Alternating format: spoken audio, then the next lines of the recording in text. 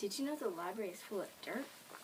Join us this summer as we get the dirt, discovering interesting reading trails. There will be trails about pets, music, monster trucks, and more. Our Tuesdays Get the Dirt episodes have been about pets. We've had fish guests. Yes, my gourami jewel, and my goldfish, too big and too small. We've had a mammal guest. Yes, my sister's gentle giant rabbit, Enigma. We've had a reptile guest. You've got it. My sister's Chinese pond turtle named Meredith. We've had snail guests. My big apple snail named Buggly Bear, and all of his tiny little friends. Well, today's special guest is a mammal. Now, what makes an animal a mammal? Mammals are animals that have hair or fur. Mammals are warm-blooded. Mammals give birth to babies that look like them, but smaller. Mammals have vertebrae. Mammals have lungs to breathe air. Do you think you know what mammal might be today's special guest pet? We'll look in these two books for clues. And whose footprint is that? We get the dirt to its footprint.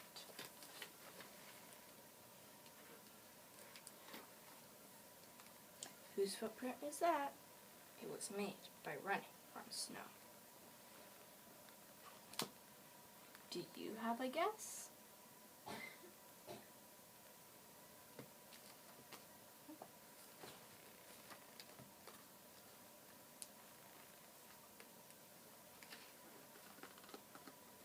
Have you ever seen a tail like this one? It belongs to a mammal that's known for its long black back feet and strong back legs. It moves around by hopping. What mammal could it be?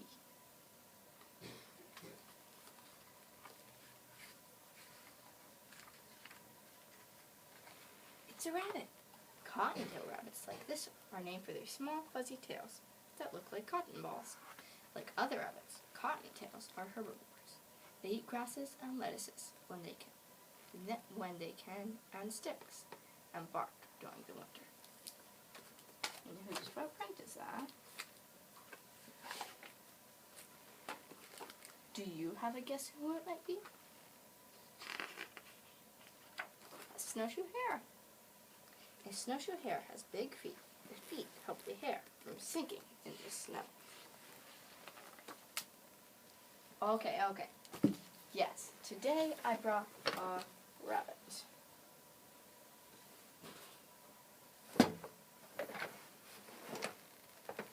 This is my pet rabbit, Amy. And now, before I tell you more about her, let's get the dirt and see what we can deduce about her. She's a rabbit.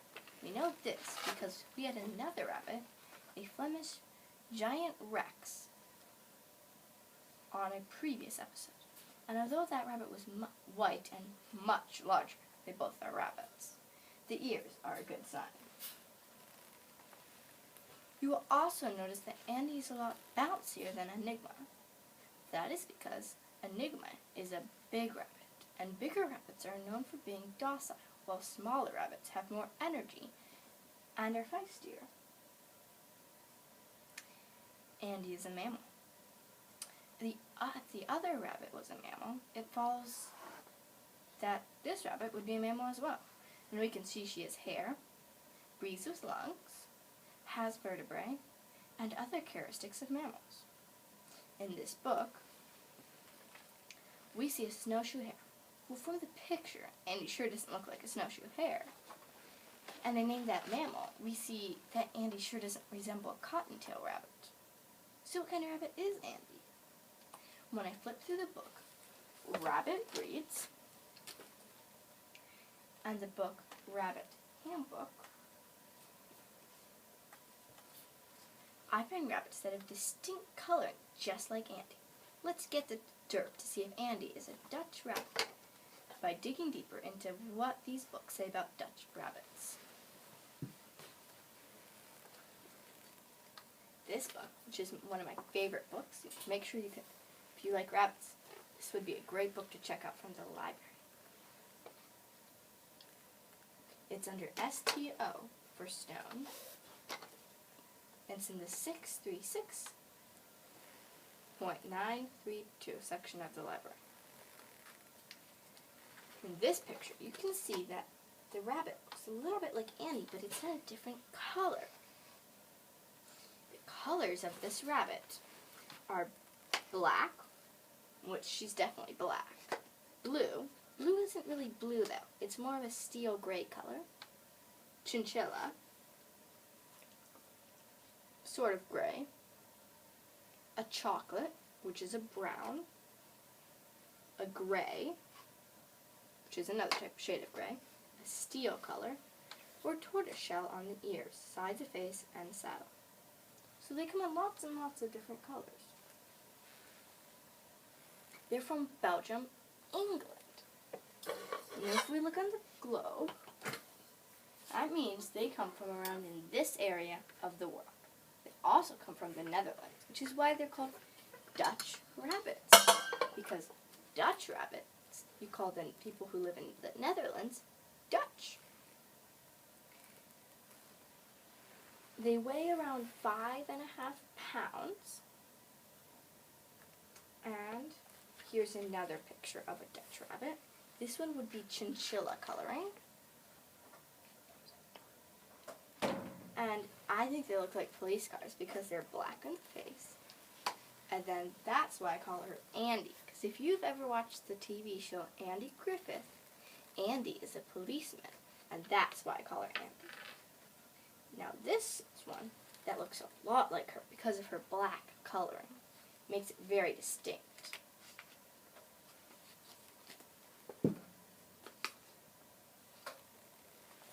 And this one, it doesn't really mention Dutch rabbits much, but I did find a picture and it explains some of the Dutch rabbits.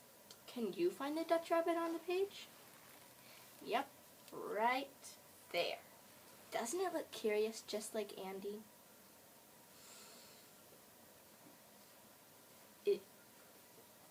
So, this is a book. It's not as detailed as rabbit breeds, but it does help you find some different types of rabbits.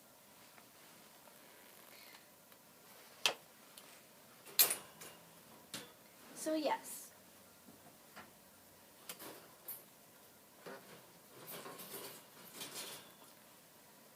And do you want to know a cool fact? When you pick up a rabbit, rabbits don't mind if you pick them up by the scruff of their neck, because that's how their mothers would carry them around when they were babies. Yes, Andy is a Dutch rabbit. I received her and her sister when they needed a new home. Andy was the runt of the litter. That means she was the smallest. When she has grown quite a bit since I received her last summer. She's still quite a bit smaller than her sister. Her sister also needs to lose several pounds of weight. Dutch rabbits were first bred in Belgium and the Netherlands when the two countries were one. Thus, they became Dutch rabbit. People from the Netherlands are known as Dutch. Later, they were imported to England. Dutch rabbits tend to be easy to adjust to new surroundings, are hardy, and are good mothers, including mothering another rabbit's young. That means Dutch rabbits make great rabbit foster mothers. Because the Netherlands is a colder climate than countries closer to the equator, I was confident that my Dutch rabbit, Andy, would be fine living up north in the cold winter in Minnesota. She and our other rabbits have done well, even in the sub-zero temperatures. They are inside their hutches in the garage. The garage isn't insulated, but it does protect them from the wind. They wouldn't have to be inside the garage, but it does make getting to the hutches easier in the deep, deep snow. Each rabbit has its own nesting box with plenty of straw.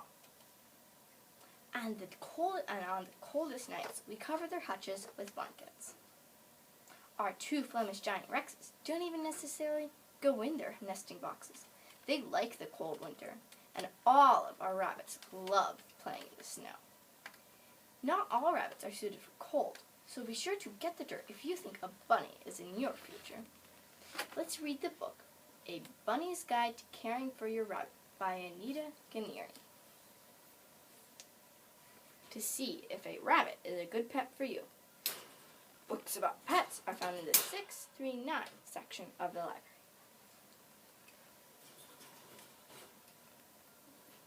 I mean, sorry, 636 section of the library.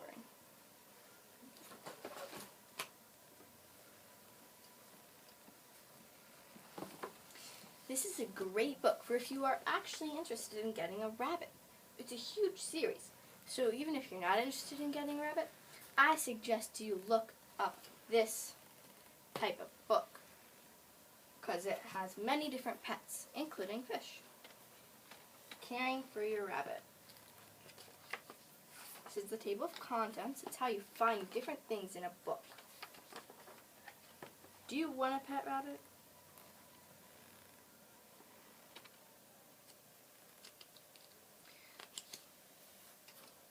Rabbits love to eat dandelions. Dandelions are a very yummy food for rabbits. It's important to choose what kind of rabbit you want, because rabbits are very different. If you live in Florida or a very hot climate, it might not be a good idea to get a Flemish giant or a big rabbit like that, because those are bred for the colder ones. And if you live up in Alaska, you definitely aren't going to want to get a very small rabbit like a Dutch, a Polish, a Netherland dwarf. Very, very cold. You can usually get rabbits at animal shelters or pet stores. Or you can look up a breeder and you can get your rabbit from them. You need to make sure your rabbit is healthy. You can take care of your rabbits. A nice thing about rabbits is you don't have to take them to the vet. That's the nice thing.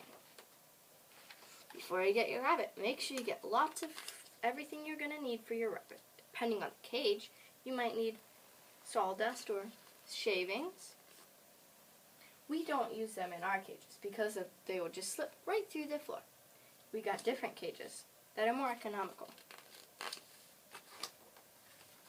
If your rabbit lives outside, you're going to want to have a nice hutch for your rabbit that keeps off the wind and the rain. Make sure they have a nice nesting box too. If you ever want to take your rabbit places, you're going to want to have a special little carrier. They're like cat carriers too. Rabbits usually eat hay and rabbit pellets. Some people add a variety of other foods in there. Sometimes they put grass in there. They even make different tubs that grow grass for your rabbit to eat during the winter. And make sure that the grass that you put in with your rabbit doesn't have fertilizer or weed killer in it, because that could hurt your rabbit. Some people don't even give them grass. So it's a very variety of what you feed your rabbit. Make sure you look into what's best for your rabbit. Sometimes people put their rabbits outside to play during the day. You need to be careful because lots of predators might take your rabbits, like hawks. So you need to make sure that there's a roof over your rabbit, or at least stand there watching. You also need to be careful because rabbits love to dig. They might even dig out from under the cage.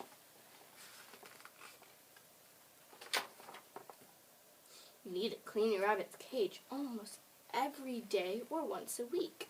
It's very important to keep your rabbit healthy.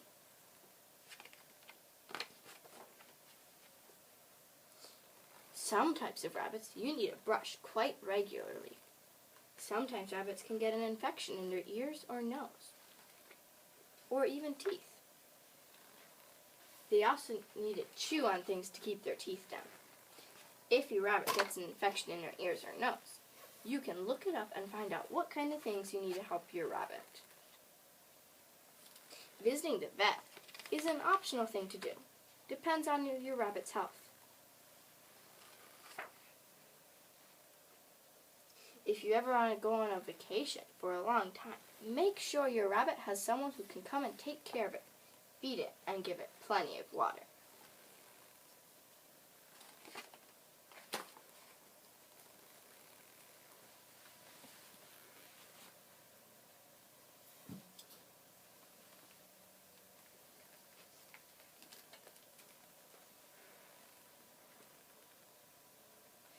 What do you think? Do you think a bunny is the right pet for you?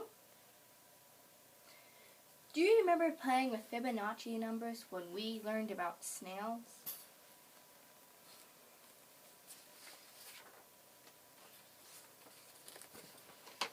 Well, Fibonacci used a riddle about rabbits to come up with his pattern.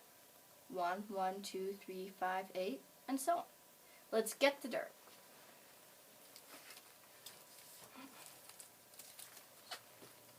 Block it. The life of Fibonacci.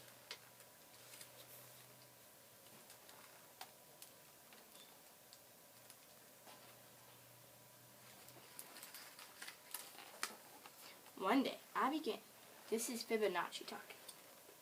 One day, I began to write a book about the Hindu Arab bear and the Arabic numerals. I tossed some riddles into it, like this one. There was a man who put 2 baby rabbits in a field. It takes rabbits 1 month to grow up and be ready to have babies. It takes them 1 more month to give birth to a pair of baby rabbits. Every month, a pair of grown-up rabbits gives birth to a new pair of baby rabbits. How many pairs of rabbits will the man have at the end of a year? Alfredo. Alfredo is one of his friends. Alfredo tried to solve it, but he couldn't. Then I showed him how to solve the problem. On the very first day, you'd have 1 pair of baby rabbits. At the end of month 1, you'd have 1 pair of all grown up and ready to have babies. End of month 2, 1 grown-up pair, 1 baby pair. End of month 3, 2 grown-ups pairs, 1 baby pair. End of month 4, 3 grown-up pairs, 2 baby pairs. End of month 5, 5 grown-up pairs, 3 baby pairs. If you add any 2 consecutive numbers in the pattern, you'd see the next number, pair 1 and pair 2. Pair 1 and pair 1 go 2 pairs. Pair 1 and pair 2, 3 pairs. Pair 2 and pair 3, 5 pairs. Here are the first few numbers of the pattern. 1, 1, 2, 3, 5, 8, 13, 21, 34, 55, 89, 144, 233, 377. You don't watch out. You end up with 233 pairs of rabbits in a year. Or 377 if you started with a grown-up pair. If you like this book, you can check it out from your library and learn more about the life of Fibonacci. So what started out as a riddle turned into a pattern that naturally occurs in nature. If you liked getting the dirt on origami, here's a book that teaches you how to make all kinds of origami animals. There's an origami rabbit in there that you can learn how to make all by yourself. So you can have many different types of rabbits decorating your built house. If you'd like to learn a new way to draw rabbits using simple shapes, the book I Can Draw Animals has a simple design you can follow.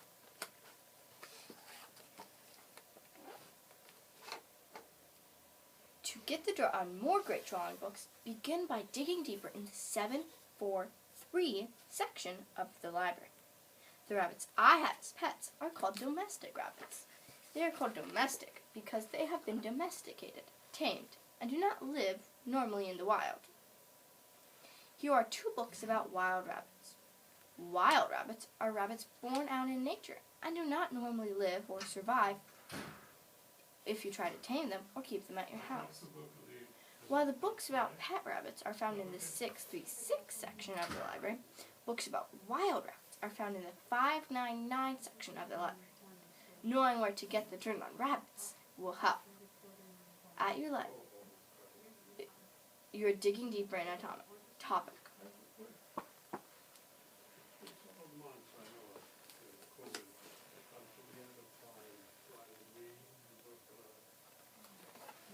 Rabbits. There's another table of contents. It shows you where to find them. Hello, rabbits. That doesn't look like a Dutch rabbit to me. I think it has chinchilla coloring. Furry rabbits hop through the meadows. They live in forests, too. Some might be in your yard. When I went to the cities, I saw lots of rabbits in people's backyards. There are many types of rabbits. Cottontails live in the Americas. Some rabbits are kept as pets. See, these two rabbits would have to be groomed almost every day because they have long fur. Rabbits here with long ears. Their big eyes look all around. They thump their back feet on the ground to talk to other rabbits. My rabbit Andy does that a lot. Do you see the Dutch rabbits in the picture? Which one do you think looks more like Andy? Rabbits eat plants. They nibble grass, leaves, seeds, and tree bark. Sometimes I put grass sticks into my rabbit's cage. They love willow sticks. Kits are born in cozy nests. At first, they don't have hair. Rabbit mothers have many litters a year. Remember the riddle in Fibonacci? One pair of baby rabbits a month. That's a lot of rabbits. Speeder rabbits run from other animals. They hide in the grass. Goodbye, rabbits. When rabbits lay like that, that means they're hot, tired, and ready for the rest of the day. Do you remember when we left off in our serial reading of Peyton's Perfect Pet?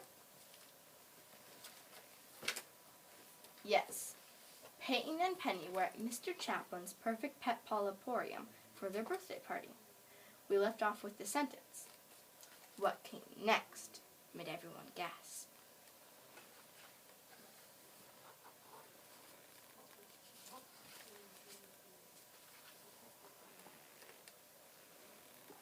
Do you have some idea?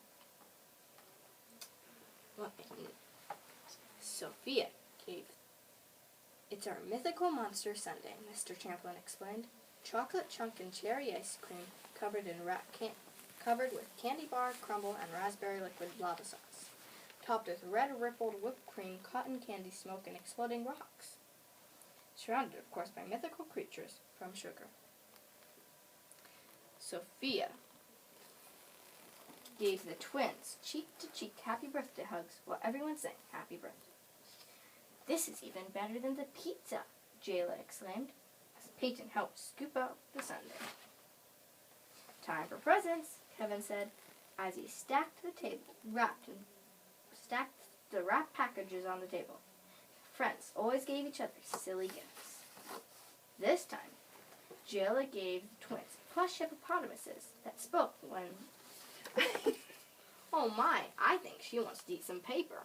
Not a good idea. Andy. This hippopotamus says, "You're the most awesomest hippopotamus," when they were squeezed. Kevin gave them huge silly hats that made everyone laugh. Sophia gave them each a homemade book of hugs for keeping track. "My record is 55 hugs in one day," Sophia announced. Penny spent time with each of her friends, talking about the great gifts. Bop, bop, bop. The kids swung around to see a performer with balloons, a pin, and a sneaky smile. "Balloon fun for everyone," he said in a high, squeaky voice. He started twisting balloons together in a blur of speed. "Sweet," Jayla exclaimed when he handed her a draft. Sophia loved her lion and stroked its balloon mane. Kevin thought his gorilla was a great gift. Peyton helped hold balloons and was rewarded with an enormous elephant. Penny introduced her jaguar to a friendly cat.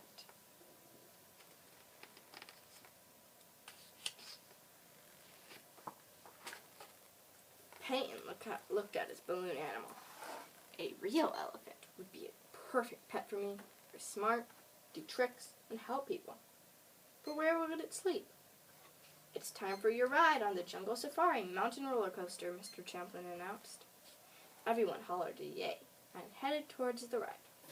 The roller coaster climbed up inside the mountain, passing jungle animals of all sorts. Then it plummeted back down, and splashed into the river, spraying everyone. Peyton got soaked.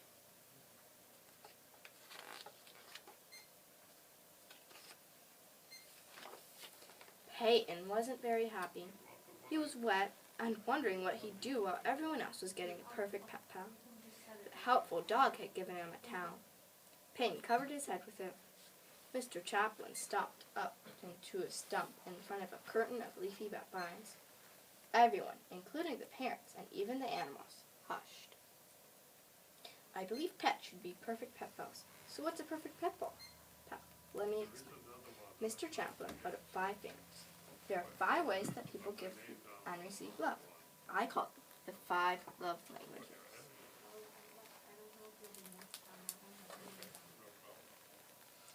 Do you have some ideas what Peyton's perfect pet might be? Or do you know what all of his friends' love languages might be? Tune in to Get the Dirt next Tuesday to find out more clues as Peyton, Penny, and their friends get matched with their perfect pets. Until then, be sure to get the dirt on the Summer Library Reading Program at your local library.